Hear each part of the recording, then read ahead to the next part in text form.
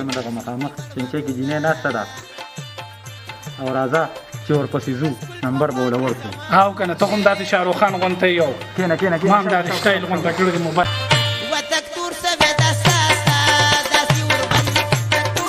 یې لکه تیز که که نه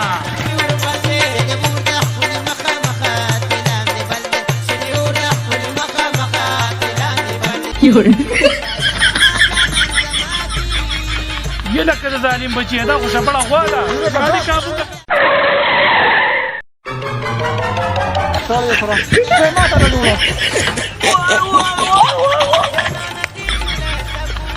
ستاسو دومره نظر کار نه کوو کوم ځای ته م سوچو